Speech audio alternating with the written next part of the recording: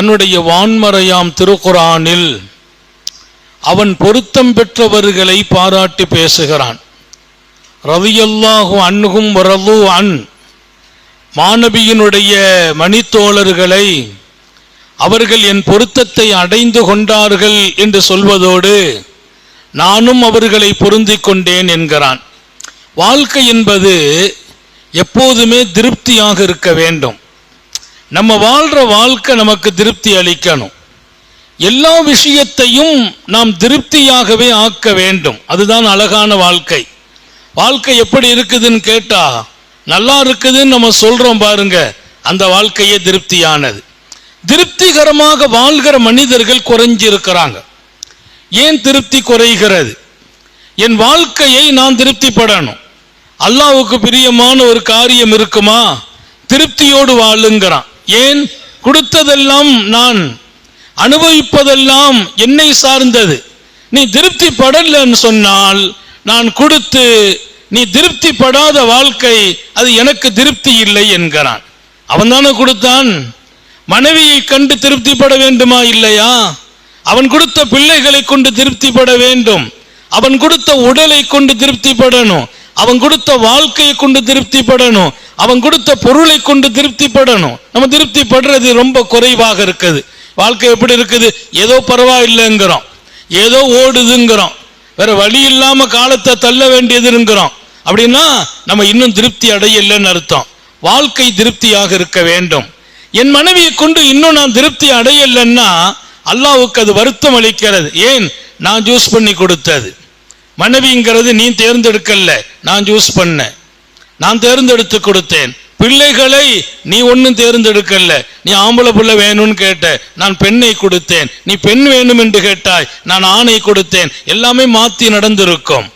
நான் கேட்ட மாதிரி நடக்கிறது இல்லை, அவன் நினைத்த மாதிரி நடக்கிறது. ஏன்? அதை நான் பொருந்திக் கொள்ள வேண்டும். அவன் கொடுத்ததை பொருந்திக் கொள்கிற அந்த வாழ்க்கை அது உண்மையிலே இனிமையான வாழ்க்கை. அந்த வாழ்க்கை கிடைக்குமா?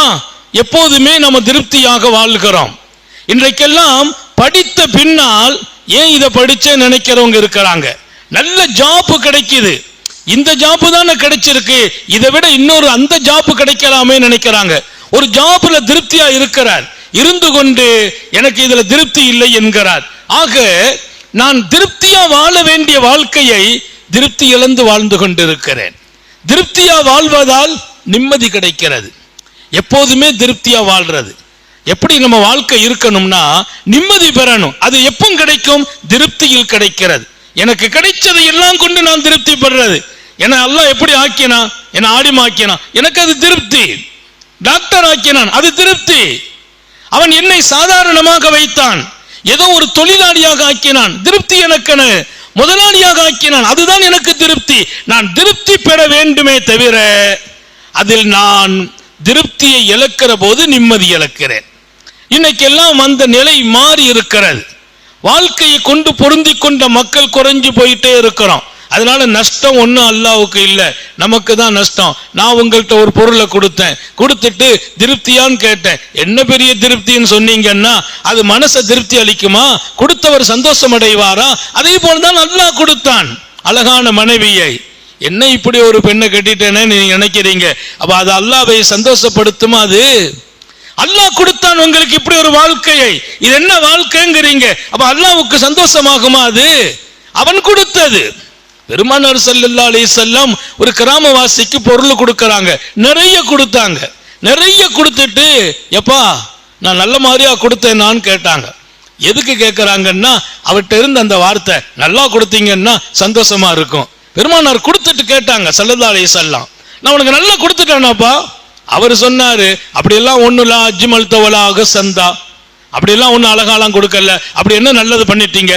நிறைய கொடுத்துருக்கிறாங்க, கை நிறைய காசை கொடுத்தாங்க, அவர் உடுக்கிறதுக்கு உடையை கொடுக்கறாங்க, எல்லாத்தையும் கொடுத்துட்டு நான் திருப்தியா நடந்தேனான்னு கேட்கும் போது அப்படியெல்லாம் ஒன்றும் திருப்தியா நடக்கலங்கிறார். நபிக்கு கஷ்டமா இருக்குது. சஹாபாக்கள் கோவப்படுறாங்க, கையை நீட்டுறாங்க அவரை பிடிக்கிறதுக்கு. விட்டுருங்கப்பா, விட்டுருங்க, நான் பார்த்துக்கிறேன். ரூம்பு கூட்டு போனாங்க, பெட்ரூம்பு கூட்டு போய் ரெண்டாவது இன்னும் கொஞ்சம் கொடுத்தாங்க, இன்னும் கொடுத்தாங்க, இன்னும் கொடுத்தாங்க. கடைசியா கேட்டாங்க, எப்போ உனக்கு இப்போ சந்தோஷமா, திருப்தியா? ஆஹா, என்ன திருப்தி, உங்களை மாதிரி யாரும் தர முடியாது. அவர் சொல்ற வரைக்கும் கொடுத்து அனுப்புறாங்க. வரலாறு நீளுகிறது. அதற்குள்ளே நான் நுழையவில்லை. நான் சொல்ல வருகிற செய்தி கொடுத்து விட்டு அது திருப்தியான்னு கேட்டா ஆமான்னா தானே சந்தோஷம். ஒரு விருந்தளிக்கிறார், விருந்தளிச்சுட்டு அதில் சாப்பாடுலாம் எப்படி, ரொம்ப டாப், திருப்திப்படுவார். சாப்பாடு எப்படி, சொதப்பிட்டியல, கொஞ்சம் உப்பை கூட்டிட்டியல, அவர் திருப்திப்பட மாட்டார்.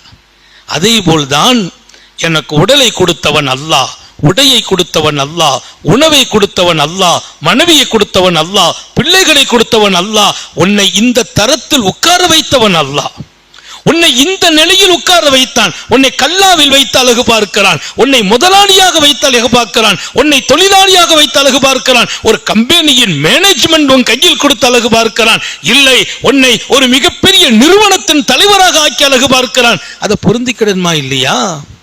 திருப்தி அதை கொண்டு வாழ வேண்டுமா இல்லையா? எது கிடைத்தாலும் நம்ம திருப்தி ஏன் குறையுது? 2 காரணம் முக்கியமானது.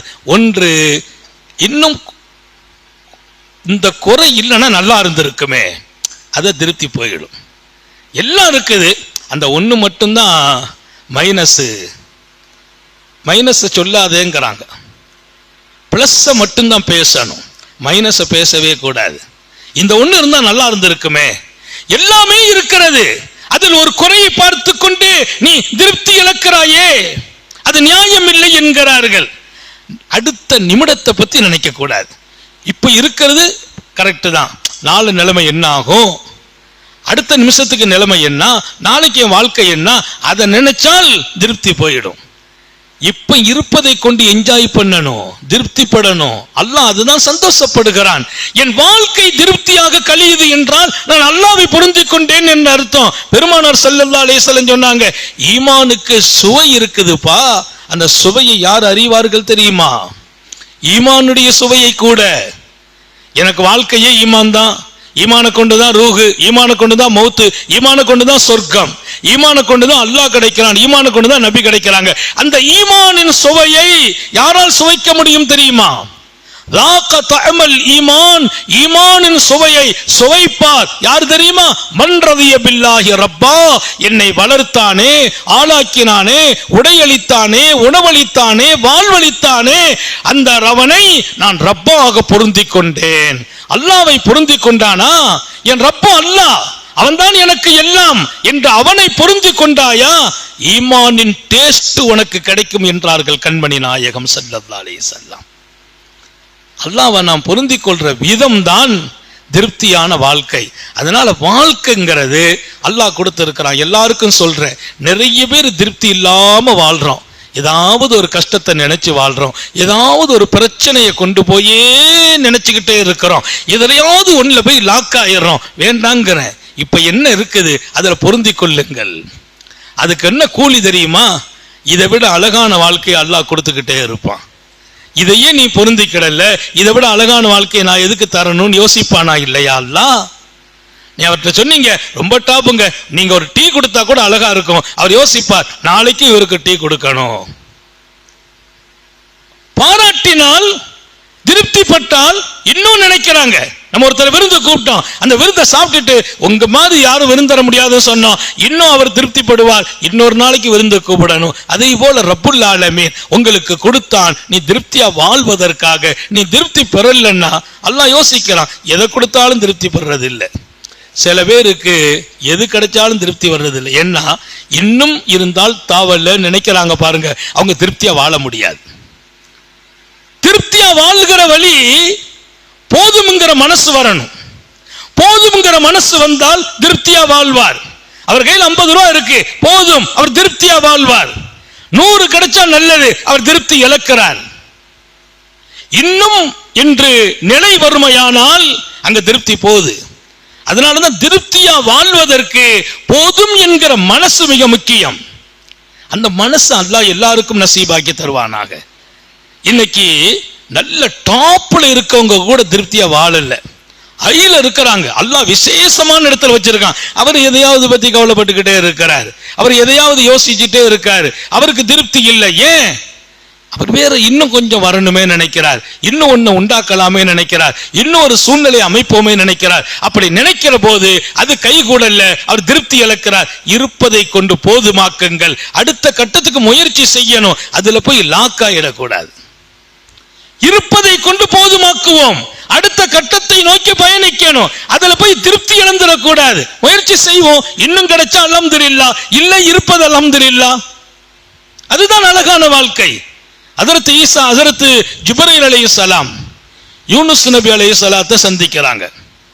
யூனுஸ் நபியோடு பொருந்திக்கிட்டு வாழ்ற வாழ்க்கை இருக்கு பாருங்க, அதுக்கு ஈடும் இல்லை இணையும் இல்லை. அவருடைய சந்தோஷத்தை யாராலையும் அழிக்க முடியாது. அவருக்குள்ள சந்தோஷம் யாராலையும் அழிக்க முடியாது. ஏன்? அவர் எப்பவுமே திருப்தியான ஆளு. நான் கிட்டத்தட்ட உங்களுக்கு பெருமைக்கெல்லாம் சொல்லல, நாங்க திருப்தியா வாழ்றோம். பெருமைலாம் இல்லை, திருப்தியா வாழ்றோம். ஏன்? இன்னும் வேணும்னு ஆசைப்பட்டதே இல்லை.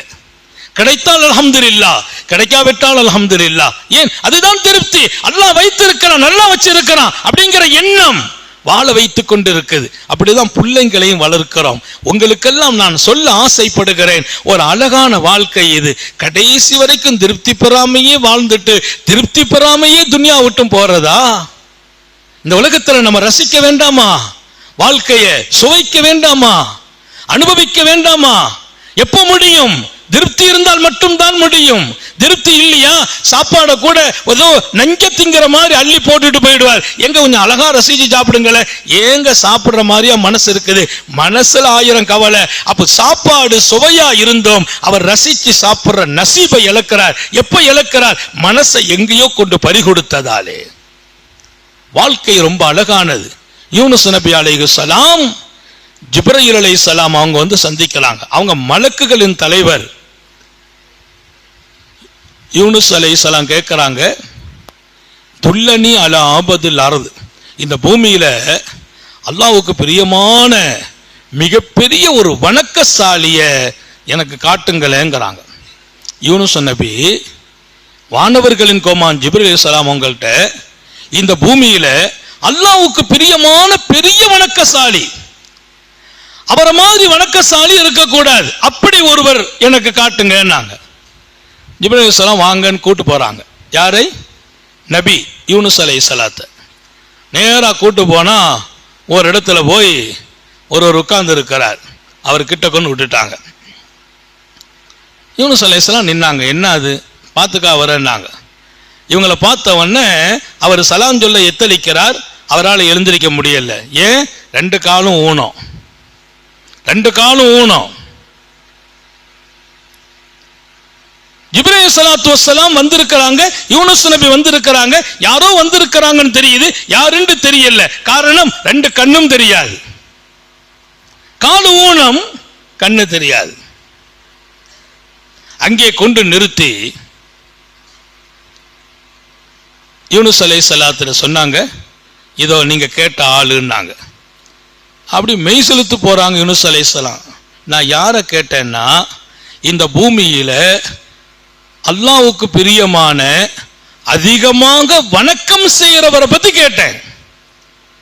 நீங்க வீட்டுல கால் இல்லாம கண் இல்லாம உட்கார்ந்து இருக்கிறத கொண்டு நிப்பாட்டு இருக்கீல அப்படின்னு மனசுல நினைக்கிறாங்க. நினைச்சு லேசா சைக்கனையா கேட்டாங்க.